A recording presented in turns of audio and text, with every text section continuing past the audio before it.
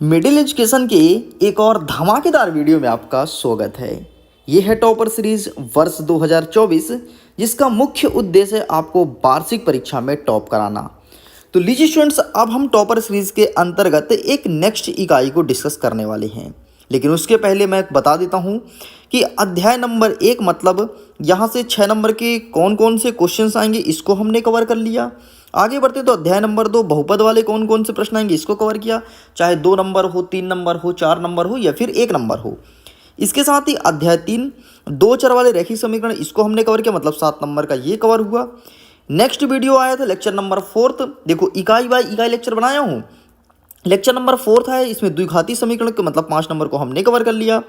Next अध्याय number 5 मतलब lecture number 5 आया था समांतर श्रेणी, यहाँ से 5 नंबर का आएगा, इसको हमने कवर किया। एंड त्रिभुज यहाँ से 5 नंबर का आएगा, इसको हमने कवर कर लिया है।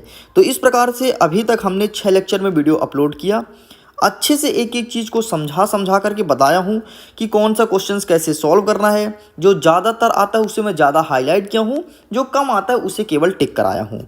एंड इसी सिलसिले में अब आपके सामने प्रेजेंट करने जा रहा हूँ लेक्चर नंबर 7 निर्देशांक ज्यामिति। यहाँ से 5 नंबर का प्रश्न पूछेगा, इसको कवर करेंगे, फिर धीरे धीरे आगे क्वेश्चंस को कवर करेंगे। टेंशन मत लो, आपको इस टॉपर सीरीज से बहुत फ़ायदा मिलेगा। पूरा का पूरा गणित बहुत अच्छे से कवर कर दूंगा ताकि आपका एग्जाम बहुत ही अच्छा जाए। एक चीज़ ध्यान रखना, जो वस्तुनिष्ठ प्रश्न है वो सारे चैप्टर से एक एक दो आ रहे हैं, इसलिए सभी चैप्टर को अच्छे से करना है। तो चलिए स्टूडेंट, सीधे हम जंप करते हैं अपने अध्याय नंबर 7 निर्देशांक ज्यामिति की तरफ, और यहाँ से देखते हैं कि कौन कौन से क्वेश्चंस हमारे एग्जाम में देखने को मिलेगा। तो ये रहा आपके सामने अध्याय नंबर 7, आपके अध्याय का नाम है निर्देशांक ज्यामिति। अब देखो यहाँ से एमपी बोर्ड 1 नंबर के हिसाब से पहला प्रश्न ये पूछता है कि मूल बिंदु का निर्देशांक कितना होता है। तो याद रखना 0 और 0 होता है। इसके अलावा यहाँ से 1-2 क्वेश्चंस और बनते हैं जिसको तुम यहाँ पर समझना, यहाँ पर मैं समझाने का प्रयास करता हूँ। देखो इस प्रकार से आपका बनेगा कुछ ग्राफ, ठीक है। हमेशा मूल बिंदु में 0 होता है, इधर जाते हैं तो हमेशा धनात्मक होता है, जैसे 1 हो गया, 2 हो गया, 3 हो गया, 4 हो गया। इधर जाएंगे तो हमेशा ऋणात्मक होगा, जैसे ऋण 1 हो गया, ऋण 2 हो गया, ठीक है। इसके अलावा इसको एक साइड ना इसे इरेज कर लेता हूँ, जैसे यहाँ पर ऋण 1 हो गया, यहाँ पर ऋण 2 हो गया, यहाँ पर ऋण 3 हो गया, इस प्रकार से इधर जाने पर बनता है, ठीक है। यदि इसी में हम ऊपर की तरफ जाते हैं, यहाँ जाते हैं, यहाँ जाते हैं ऊपर की तरफ, तो यहाँ पर बनता है धन 1 2 3, इस प्रकार से बनता है। और इसी में अगर हम नीचे की तरफ जाते हैं तो ऋण 1 ऋण 2, ठीक है, और जाते हैं तो ऋण 3, इस प्रकार से इधर बनता है, ठीक। तो याद रखना बेटा, हमेशा ये कहलाता है आपका प्रथम निर्देशांक, समझना बात को, ये कहलाता है हमेशा प्रथम, ये होता है सेकंड, और ये होता है आपका थर्ड, और ये होता है आपका फोर्थ, ठीक। प्रथम वाला जो है हमेशा धनात्मक होता है, जो द्वितीय वाला है वो पहला आपका होगा क्या, पहला आपका धनात्मक होगा, फिर आपका ऋणात्मक होगा, इस प्रकार से बनता है। पहला वाला हमेशा धनात्मक और धनात्मक बनता है। एंड जो तृतीय वाला है, तृतीय वाला पहला ऋणात्मक और दूसरा ऋणात्मक होता है, और जो चतुर्थ वाला होता है उसका पहला ऋणात्मक और धनात्मक होता है, इस प्रकार से बनता है। और यहाँ से क्वेश्चंस आपके एग्जाम में देखने को मिलता है। समझ में तो आया ना। देखो वही बच्चे को समझ आएगा जो ध्यान से देखा होगा, जो ध्यान से नहीं देखा उसको समझ नहीं आएगा, क्योंकि यहाँ पर और भी चीज़ें लिखी गई है, ठीक। तो मैं उम्मीद करता हूँ इतना तो क्लियर हो गया होगा। एंड यहाँ से 1 नंबर के क्वेश्चंस देखने को मिलते हैं। अब जरा कुछ क्वेश्चंस को हम टिक कर लेते हैं। देखो 1 नंबर में ऐसे क्वेश्चंस पूछते हैं, जैसे कोई बिंदु दे दिया 0 और 5 और -5 और 0, इसके बीच की दूरी क्या होगी। तो इस प्रकार से क्वेश्चंस पूछता है, तो इसका एक फॉर्मूला होता है, फॉर्मूला में टिक करवा दूंगा, किसी भी चीज़ की बीच की दूरी निकाल सकते हो। अब देखो जो चीज़ मैं अभी तुमको समझाया हूँ ये यहाँ पर पूछ लिया है कि -4 और -7 किस चतुर्थांश में स्थित है। मैंने क्या बोला यहाँ पर, देखो तृतीय चतुर्थांश में माइनस माइनस होगा, मतलब ये आपका तृतीय चतुर्थांश होगा। आप आंसर मैच कर लो, पाँचवें का तीसरा, ये देखो पाँचवें का तीसरा, ठीक। तो इस प्रकार से एग्जाम में क्वेश्चंस देखने को मिलते हैं। जितने वस्तुनिष्ठ बन सकते थे मैंने 2 मिनट के बता दिया, 2 मिनट के वीडियो में पूरा कंप्लीट हो गया। अब हम आगे बढ़ते हैं और 2 नंबर 3 नंबर के क्वेश्चंस को कवर करते हैं, ठीक है। बाकी यहाँ से कोई क्वेश्चंस नहीं आएगा, आप इन्हें बेझिझक स्किप कर सकते हैं जी, ठीक है। यहाँ से कोई खास क्वेश्चन देखने को नहीं मिलेगा। एक और ऐसे क्वेश्चन देखने को मिलता है कि ए में यदि 3 और 4 दिया है तो कि मूल बिंदु से दूरी क्या होगी। ऐसे क्वेश्चन आते हैं, लेकिन ये बहुत कम आते हैं, मतलब रैंडम यदि कठिन स्तर का पेपर बनाना है तो पूछ ले, बाकी नहीं पूछते हैं। अब देखो क्वेश्चंस क्या रहता है और बीच की दूरी ज्ञात करने का सूत्र क्या होता है। सबसे पहले आप देखो कि बीच की दूरी ज्ञात करने का सूत्र क्या होता है। तो ये रहा आपके सामने सूत्र, ये आपका सूत्र होता है, और इसी सूत्र के हिसाब से बीच की दूरी आपको फाइंड करनी है, ठीक है। सूत्र देख लो, √x2 - x1 का स्क्वायर प्लस y2 - y1 का स्क्वायर, और ये अंडर रूट के अंदर होता है। इस तरह से बीच की दूरी फाइंड करते हैं। एंड ये चीज़ अच्छे से प्रैक्टिस कर लेना, क्योंकि ये चीज़ तुम्हारे वार्षिक परीक्षा में देखने को मिलेगा। चलिए ठीक है, वार्षिक परीक्षा मतलब 1 नंबर और 2 नंबर में ये क्वेश्चन देखने को मिलता है, बाकी ये क्वेश्चन नहीं आएगा दूसरा नंबर, आप इन्हें इसके पढ़ सकते हैं।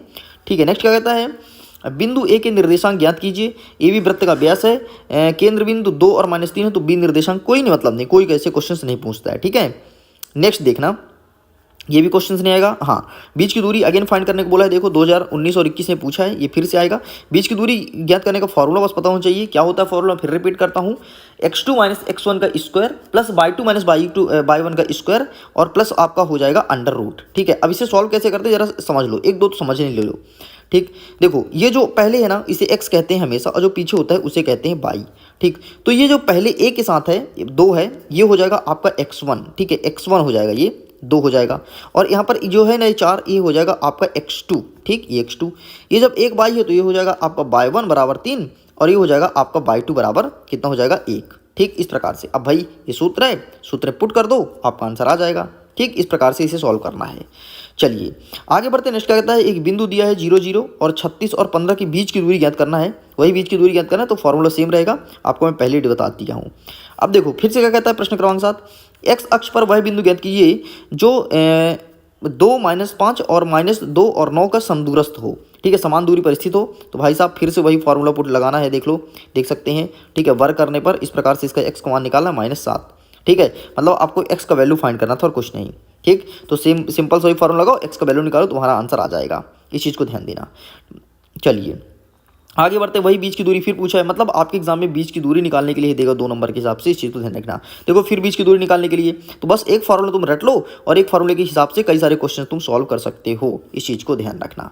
चलिए अब कुछ बड़े क्वेश्चंस को टिक करा देता हूँ, बाकी 2 नंबर के हिसाब से एक ही प्रश्न आएगा कि बीच की दूरी निकालो, मैं पहले बोल दिया। ठीक है, यहाँ पर 1000 क्वेश्चन दिए प्रैक्टिस के लिए, बाकी क्वेश्चन का तरीका एक ही, बीच की दूरी निकालो, एक सूत्र x2 - x1 का स्क्वायर प्लस y2 - y1 का स्क्वायर। चलिए आगे देखते हैं, नेक्स्ट क्या कहता है, ये एग्जाम में नहीं पूछेगा, टेंशन मत लो। ठीक है, क्या कहता है, उस बिंदु का निर्देशांक ज्ञात करो जिसका बिंदु इतना दिया है। हाँ, ये प्रश्न अच्छे से पढ़ लेना भाई साहब। उस बिंदु का निर्देशांक ज्ञात कीजिए जिसका एक बिंदु इतना है, दूसरा बिंदु इतना है, और ये रेखाखंड को 2:3 में विभाजित करता है। Very very very most IMP question है। ठीक है, इसे अच्छे से प्लीज़ प्रिपेयर कर लीजिएगा। आगे बढ़ते हैं, नेक्स्ट क्या कहता है, एक बिंदु इतना दिया है, नहीं पूछेगा एग्जाम में। ठीक है, स्किप कर दो। हाँ, प्रश्न क्रमांक 4 को अच्छे से प्रिपेयर करना है, ये आपके एग्जाम में देखने को मिलेगा। क्यू का मान हमें इतना दिया है और पी का मान और आर का मान इतना दिया है, समदूरस्थ है, तो एक्स का मान हमें ज्ञात करना है। ठीक है, फॉर्मूला क्या लगेगा, फॉर्मूला आपको सिंपल वही लगाना है, x2 - x1 का स्क्वायर, y2 - y1 का स्क्वायर, ये फॉर्मूले पुट करेंगे। ठीक है, तो आपको x का वैल्यू निकल आएगा कुछ इस प्रकार से। ठीक है, और यही आपका उत्तर हो जाएगा। देख लो आराम से, बहुत ही आसान है, ऐसे निकालना है। देखो जरा समझ लो, इसको जरा समझना आप लोग। ठीक, इसको मैं इरेज करता हूँ। ये देखो, सबसे पहले आप क्या लोगे, समदूरस्थ है ना, मतलब समान दूरी पर स्थित है, तो एक में ले लोगे आप Q लोगे और एक में P लोगे और एक में Q लोगे और एक में R लोगे। मतलब एक बार इसको x1 मान लोगे, एक बार इसको x2 मानोगे, फिर एक बार इसको x1 मानोगे और इसको x2 मान के सॉल्व करोगे, तुम्हारा आंसर आ जाएगा। इस तरह से करना, एक साइड इधर वही सूत्र लगाना, एक साइड उधर वही सूत्र लगाना। ठीक है, अरे यार यहाँ पर सिंपल सा लिखा तो गया है यार, देखो जरा, ये नहीं आ रहा समझ में।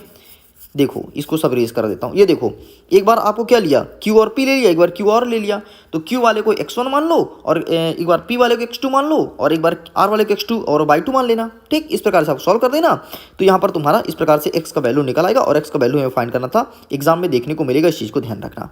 बहुत ही सिंपल लेवल क्वेश्चन है, इस चैप्टर से बहुत हाई लेवल क्वेश्चन नहीं आते हैं, 2 नंबर का ही क्वेश्चन आता है।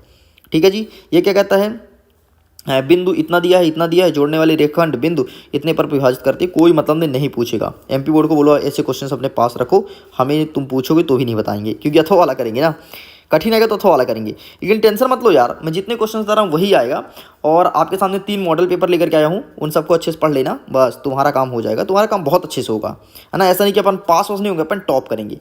तो इस प्रकार से अध्याय नंबर 7 के पूरे मोस्ट IMP क्वेश्चंस को कवर कर दिया हूँ। अभी हमारे पास समय है, जल्दी जल्दी अध्याय नंबर 8 से लेकर के आगे की वीडियोज़ आएंगे और सारे लेक्चर के माध्यम से कंप्लीट कर दिया जाएगा। वीडियो पसंद है तो वीडियो को लाइक कर सकते हैं, अपने दोस्तों के साथ शेयर कर सकते हैं। अगर पहली बार चैनल को सब्सक्राइब जरूर कीजिएगा। मिडिल एजुकेशन ऐसे ही कंटेंट लेकर के आता है और अब आपके सामने मॉडल पेपर प्रेजेंट किया जाएगा। मैं वीडियो को करता हूँ एग्जाम के लिए ऑल द बेस्ट। PDF को डाउनलोड कीजिए, मॉडल पेपर का लिंक डिस्क्रिप्शन बॉक्स में दिया गया है। Bye bye.